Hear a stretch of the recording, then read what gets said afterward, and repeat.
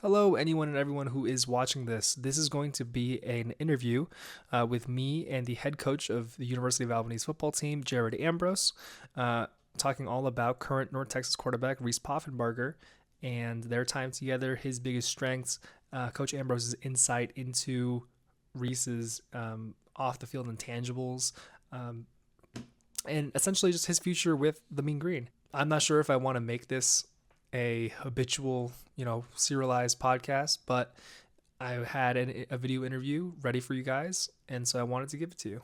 So if it does become anything, this is just for now titled as the Justin Na sports podcast, sports show, something like that. And if it doesn't, then here is just an interview with Coach Ambrose. A disclaimer, though, before we go anywhere, is that I wasn't able to record my audio, so I have just cropped myself out of it because if I just included myself, I kind of look like a mime where I'm just kind of talking, but you don't hear anything. So instead, the camera or the perspective of the video is just on Coach Ambrose, with me cut out entirely. Just know that I was asking questions on the other end and that he did not start his own Reese Poffenbarger podcast episode, and it was an interview. I want to thank Coach Ambrose for his time. This is a, you know, head coach of a Division One football team that was willing to speak with me. And I really don't have any experience or resume on the online internet or anything like that. So thank you to him, and I hope you guys enjoy. I'll see you later.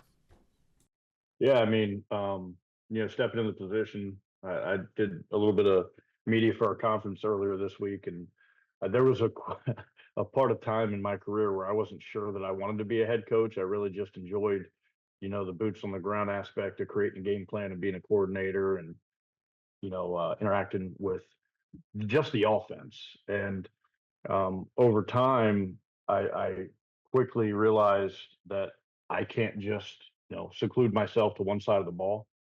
And as I kind of was growing more as an influence to young people, I really started branching out and interacting a lot and giving tidbits of advice and mentorship to all sides of the football. And as I started broadening my horizons as a coach in that realm, I really realized I enjoy the interactions with the players and mentoring them holistically on all sides of the ball more. And it kind of led me to the point where I felt like the next step for me in my profession was to become a head coach.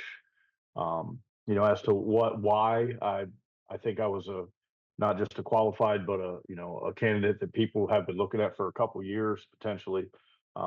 Every single head coach I've worked for has won the National Coach of the Year award while I worked for them, all five, and that in no way, shape, or form is because of me singularly. There's a lot of things that go into a season and a award like that, and I would never ever try to take credit for it. But I do know, the behavior in which I modeled myself as an assistant, the accountability I took in my job, the commitment I took to it, the service that I've always, prided myself in with head coaches I've worked for, transitions well into being a head coach because, it's my belief that the best leaders serve.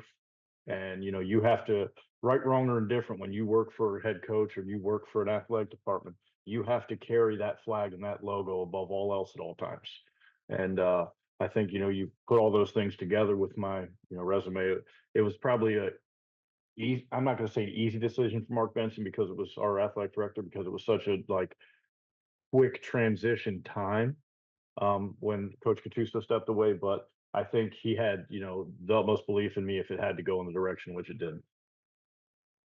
Yeah, I mean it there's two things that football brings with uniqueness in position, and that's the quarterback and the offensive line. Now, with the offensive line, there's not another sport or position in all sports that its job is solely to protect people, and that makes it unique. Except for maybe a hockey goon, the O line has to do that, but the quarterback is such a romantic position in my mind, and it's really not just a guy who lines up and delivers the ball out and is your forefront leader. It's a way of life. I played quarterback for a little bit of time in my life, but I've always considered myself a quarterback in life. Just all eyes are on you. You get way too much glory when it's needed to be given, and you get probably way too much blame when there's blame to be given. And just I told Reese, and he'll probably, remember this. I'd always tell quarterbacks, still do, that you sign permission slips. Whatever you are doing, socially, academically, spiritually, competitively on the field, that's a permission slip that allows your teammates to do it, and it can go in either direction. If you're the guy out in front who's really leading the right way, doing everything right, there's going to be guys that follow you by proxy because you're a quarterback. And it can go the other way too. If you're crazy off the field and you're not doing school, you go to class and we got poli sci together. I'm the quarterback, you're not, and I don't show up for a week. You're going to say, well, he's not showing up. I don't need to show up. So and that's like the intangible stuff that comes along with being a quarterback. Obviously, you know the things that happen on the field. There's two people that touch the ball every play on the offense. It's the center and the quarterback. Everything else after that's not promised. And that's the ball is the program. You protect it and you tend to win. You gamble with it, and who knows. So it's one of those things. I there's two things I watch going into every training camp. Um, I watch Major League, the '80s movie where the Cleveland Indians at the time were an awful team and they wind up winning the AL pennant, because I love that story and it makes me laugh, and it's just superstition and tradition. And then the Brady Six, because I think Tom Brady's story. He had so many unknown gifts given to him throughout his career in college as a quarterback. He had to compete for a job that was rightfully his at Michigan, and it parlayed him into thinking someone's right behind him going to take his job for an entire career. And ultimately, I think it created some intangibles within him that became code and really made him into what we love about the quarterback position. The odd truth about Reese's quarterback play is, from a 30,000-foot view, when you watch it, you think he's gambling, but you look at his touchdown to interception ratio, and it's absurd. I mean, they're in his first season starting as a college quarterback. We I remember talking to his father Billy before we were playing Villanova in his first year, and he had gone. I think he had 18 touchdown passes without throwing an interception yet. And it was a point of pride for both of us. But in the back of my mind, I kept thinking, at some point this is going to happen, and how are we going to respond to that, and how's our play going to be after that? Because it happens to every quarterback, by decision or by chance. And um, you know, the only thing that an offense can do on Saturdays is score points. We can't stop people from scoring points. I mean, some guys would argue that. Well, if you possess the ball long enough, the offense gets fewer chances. Well, yeah, that's true. But in play-to-play situations, your job's to go down the field and score points. And every time that you give the ball to the other team, they get another opportunity at it. And protecting the ball is such a vital thing to quarterbacks. I remember when I started playing, in college, I had a coach who would always say, "Don't throw interceptions," and it always stuck with me because I was like, "Well, the last thing he's hearing before he takes the field is interception." And some people, you know, some people are just wired in a different way. So I've always gone about it, protect the ball, and finish with ball because it's so important. Um, but no, Reese, he used to, when he was with me here, our head coach at the time, Coach Gattuso, would call him a gunslinger and a cowboy. He absolutely hated it because it insinuates that he's, not committing to protecting the ball, which he does. And but there's times where he knows no risk it, no biscuit, and in certain games you got to be willing to put your neck out there and take a chance and give some of your playmakers an opportunity to make a play which might not seem like a good decision. And he just always found a way to do that in the correct moment. Um, Especially, you look at the second to last game he played for me at Idaho. I mean, there were a couple, wide open ones, but he knew, we would talk about this series to series, game to game, practice to practice. When you got a receiver who's running hot, the 50-50 ball sometimes becomes an 80-20 ball. And he was really good at evaluating that, how the performance of his teammates were going through a game. Well, you got to go back further than that. Reese's grandfather on his dad's side, his father's father, and my mother were partners in a law firm together. Um, and he's from my hometown. Every game he played on that football field in Middletown, Maryland, on stamped on the press box is my father's name. He started the program there. So, I remember watching Reese throw in a workout uh, after his junior year, the spring after his junior year, and I knew immediately at that moment, physically, I want this kid to play for me. And I was at the University of Delaware at the time, and I told him, our head coach likes tall quarterbacks, and you're just a hair shorter than me, so you're gonna have to come to camp. And if you light it up in camp, we'll offer you. And he was my number one quarterback. There was no doubt about it. And comes to camp and actually intimidates the other campers with his competitive nature. There's a couple competitive games I work in camps, and he is just psyching these guys out and doing everything he needs to do to earn that scholarship. And um, we sat down as staff after the fact, and somebody, it's actually one of my friends from back home, told Reese he should only have a 4-minute highlight.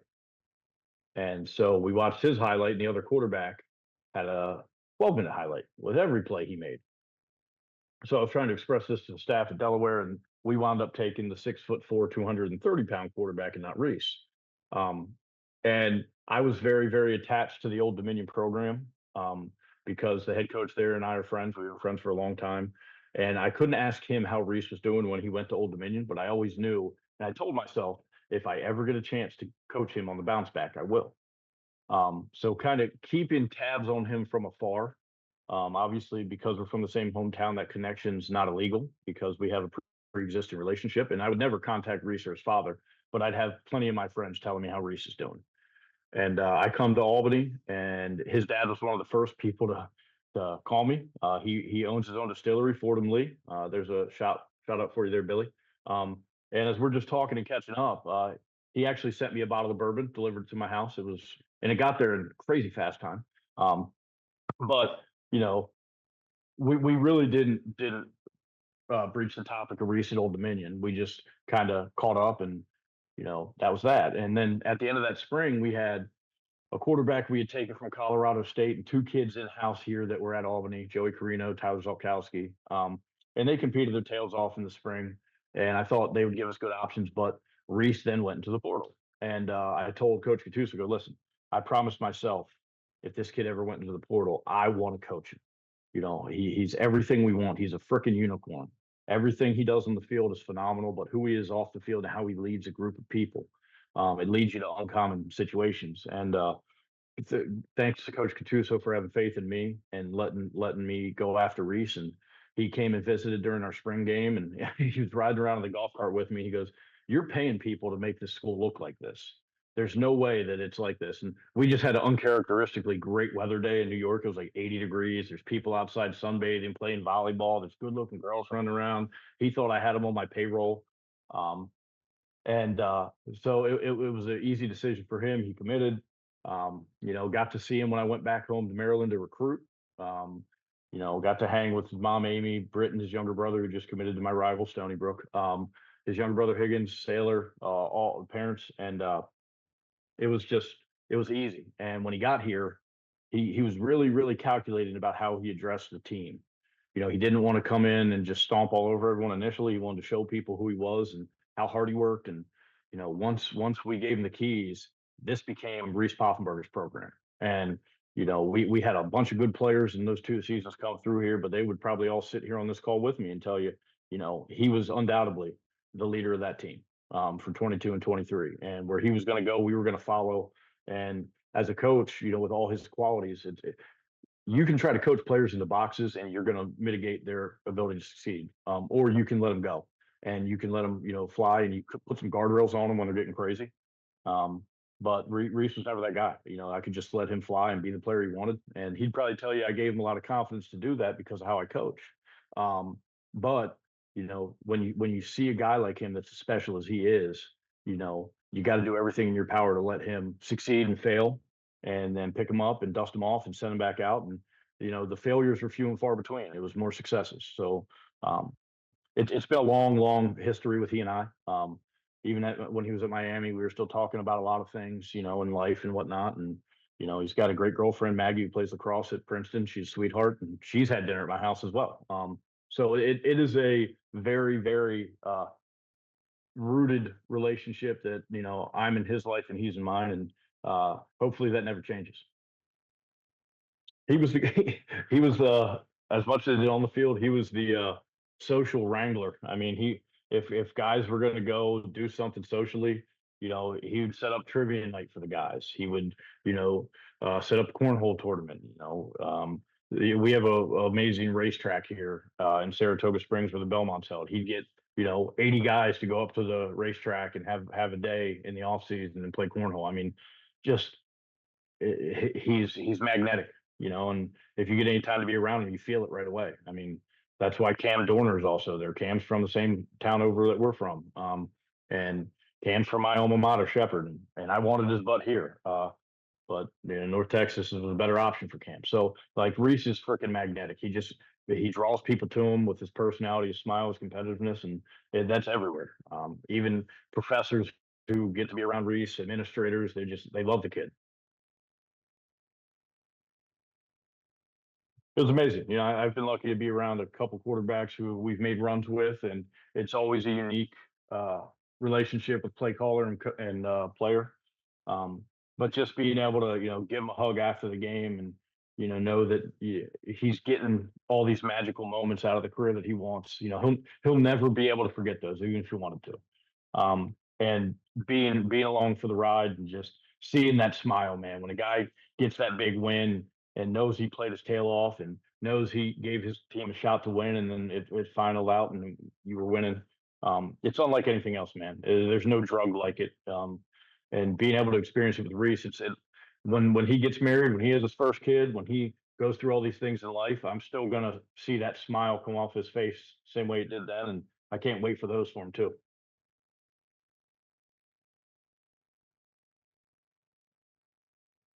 Yeah, I mean, in those times we were growing offensive line, so we were a pass it to run it team, um, and we're big into the RPO world. I know coaches down there are a little bit more air raid, so the RPOs are a little bit more limited. Um, because they just go quick game. But that's to each his own. But we had great skill. We still do here.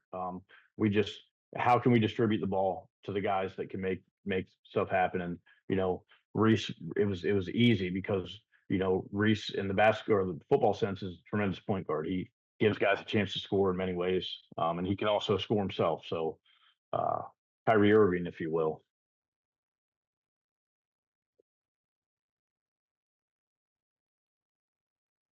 Yeah, I mean, it happened real fast. We're standing on the field in South Dakota State and we lost, and I got my arm around him, and he's like, "We still got work to do," and I was like, "Thank God." Um, and then and this is no BS. It was a Friday night. The following Monday, I'm back home. My dad had gotten sick, and I had to go home and see him. And Reese was like, "Hey, Britton's playing a basketball game down at school. You come down and check him out?" And I said, "Sure, of course." And as we're talking, he's kind of a little bit sketchy. And after about 20 minutes, I'm like, "All right, bro, what's going on?" And he's like, I think, I'm not going to say tampering, but he was tampered with. Somebody, a go between, had reached out and gave him dollar amount. And I'm not going to say which school, but he may have already played there. Um, so, he was like, "What do you think?" I was like, Reese, I think if you go, it's a short-term solution because you're going to have money. You're going to get money. I said, if you stay one more year, you're going to be draftable with one more year, and you probably would demand more money. And then, his retort was kind of like, what if I get hurt? And I'm like, well, what if, you can play that game your whole life. I just know what we've done here. And obviously I was biased.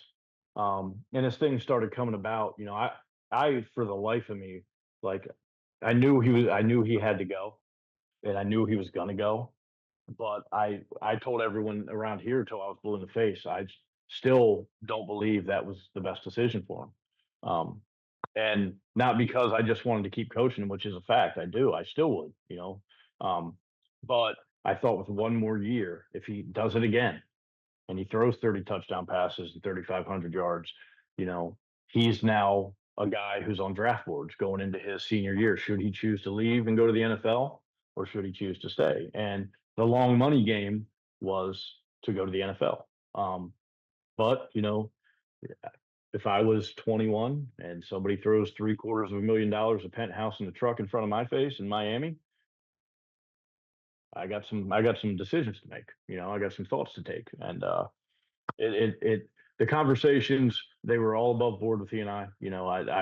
I was never making him pay for them. I wasn't just laying it on like, "Oh, you blah, blah, blah, blah," giving it to him. I was very conscious about that, and had some discussions with his father as well. And when he ultimately made the decision, I was heartbroken, but still at the same time, I told you I'm his biggest cheerleader and I'm going to be for the rest of his life. So, it's what a mentor does. You help people through their decision making process, and if they make a good one, you support them and you try to give them perspective if they make a bad one. And not saying it was a bad decision. I'm not. I'd never do that. But those conversations were just steeped in that.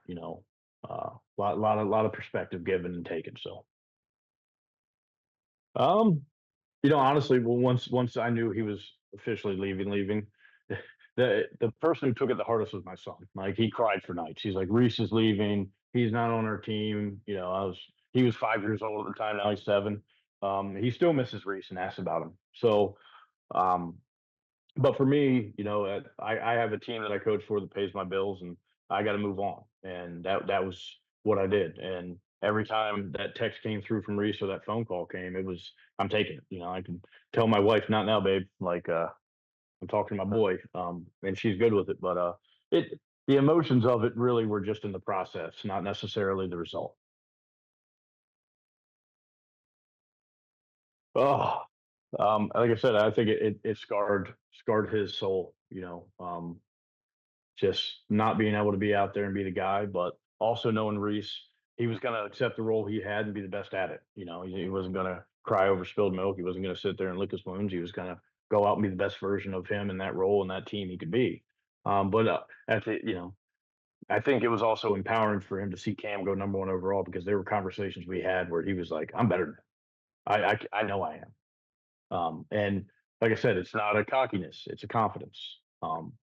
So, I think he's always going to make the best of whatever situation he's in. Um, and he did. I think he learned a lot in Miami. But at the same token, I think, when it was 4 walls and me and him talking, it was, hey, I'm that guy still. I'm anticipating that offense that he's a 4,000 yards, scratching 40 plus 50 touchdowns. You know, because there's not a ball he can't throw. There's not a defense he can't read. Um, there's nothing he can't do. And I think, if North Texas is worried about him as a quarterback, be rest assured you got one of the best ones in the country. There's not a level he can't play at. He belonged to Miami. He belongs anywhere. Um, it doesn't matter what level, and even at the highest level, I think he's got a legitimate shot to play in the NFL. Um, so you got like I said earlier on, he's a unicorn. Sometimes quarterbacks can do it physically and they can't lead the team. Sometimes guys are great leaders and they can't do it physically. I mean, he is the whole enchilada. The only thing he's probably missing is he's not 6'3". Um, it all depends on the offense. I mean, when we were here, we had a 6'8" right tackle that now plays at Cincinnati, and there were a couple times we were on the left hash and he'd look to the field, and I know that even if he was 6'4", he can't see over 6'8". But he finds a way to find the line of sight and he sees holes in the defense. So I think, the notion that quarterbacks have to be giants is a dead notion in football. It's more about arm talent, processing speed, and accuracy than anything. And he's definitely got all those. This quarterback competition thing is so unique for quarterbacks in general. And you got to sit in a room and watch film with them and be supportive of them in a competition. But I know deep down in his soul, he wants to step on everyone's neck and be the guy. And I think that's what he's going to do. I mean, and no disrespect to the other quarterbacks in the room, I know the makeup of this kid, and in his mind, he's going to go into every practice, not trying to overdo it, but he wants to display that he's the guy, and he's going to do it over and over and over again consistently. Um, when he got here, we were both kind of in the same place. A little bit scarred from previous experiences. At Delaware, I had to play in a spring season, which coach in a spring season, which went to the Final Four. My whole team was banged up, and we wind up going 5-6 or 6-5 the next year. I can't remember. As a staff, we got fired. And it's the first time in my career I've been fired. And never in my wildest dreams being a Marylander would I think I'd wind up being a New Yorker. So I left my family and kids in Delaware to finish their school year, and I moved to New York. And I was by myself. It was really hard. And couple that with the fact that I was taking my first professional hit, um, in my life. And then, this kid comes along and he was lacking in confidence because of the experience he had at Old Dominion, and people didn't believe in him there. And I think we both kind of picked each other up, and it was needed for both of us in our lives for sure. And I was able to help him in ways that he probably wasn't expecting, and I still to this day don't imagine he understands what he did for me, and kind of centering me and getting me back to the point where I believe in myself again. Because in coaching, when you get that gut punch and you get fired, um, there's a billion questions swirling around, and especially in this circumstance in which I got fired, and I have a championship ring from the year in which I got fired. That's I don't know how many other people in this profession have that dubious honor. So he just gave me a confidence in myself as a grown person that I never thought I would need, and I didn't think it would come from one of my players. Thought it would probably come from my brother, my father, my mother, my wife, and that's not a knock on them. It's just that he probably helped me more than those people at that time. And I'm back. I'm here to let you know that the next segment is Coach Ambrose kind of watching and dissecting a couple of plays from their playoff run in 2023 and giving his input as to what is going right, what is going wrong. But mostly for those three plays, really what went right and what was working really successfully for that UAlbany team and Reese. I hope you enjoy this little film room segment right here. Yep, we got inside double posts. Um, the coach's shot gives you a little bit more insight to this because you can see all 22. But we knew right then and there we were going to try to go after that field safety with double post, and see what he does. There's us having a hug. There's Coach Katuso's daughter. Um, but we knew what coverage we were going to have, and he was going to throw that post to 13 unless the safety played over top of him. Then we were going to try and split the middle of the field with the post by the number 3 receiver. So right here, you see my left guard just give up the pressure. Reese spins around, and kind of what I was telling you. He processes that information while his eyes are downfield. He goes with his back to the defense and still, has the capability to look at that spot and find that guy, which is astounding. And that's the processing speed I was telling you about. His brain works at a rate that's faster than most computers. All right. This is Trey right off, Naughty, River, Saber. It's going to be a dash play to the right. We're working a 3-level flood. The number 1 receivers run the corner. Number 2 receivers run the deep sail route, and their backs are flat stretch component. So right here, we knew in a condensed set that they were going to do one of two things. So they were going to cloud it and play a cover 2 version, okay, or they were going to get to a cover 3 version. And they stayed in their cover 2, and Reese knew we were just high-low in the corner. And receiver number 13 actually busted on the play. He ran an incorrect route, ran a vertical, what we call MOR, must outside release. And that kid is lightning in the bottle. So here, when Reese goes to dash, he sees the corner low, and kid runs by. And like I said, this kid went 9 for 230 and 3 touchdowns in that game. Reese was going to give him a shot.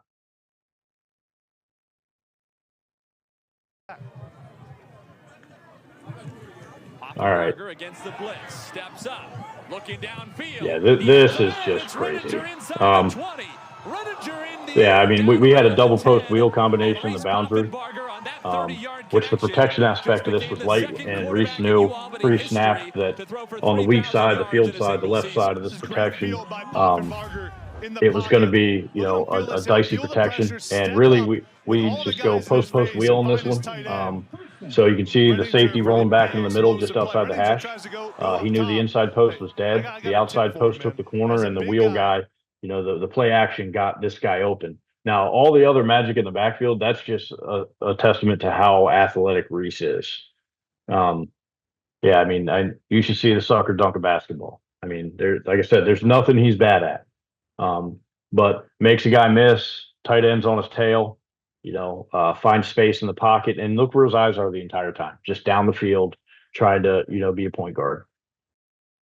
Yeah. I mean, it's some people, I was probably meant to be a coach and a father and a husband. Some people are meant to play the game, and it's like a glove to a hand. Reese Poffenbarger is meant to play quarterback. There's no doubt about it. And he's going to he'll make easy plays look spectacular. It's just, And he's not trying to do anything crazy. He's just playing his game. And the worst thing coaches can do to guys like Reese is try to coach him into a box and make him do things that he can probably do, but there's things that he'll surprise you with at times that you don't account for. And that last play was a prime example of it. Hey, North Texas, you got your guy.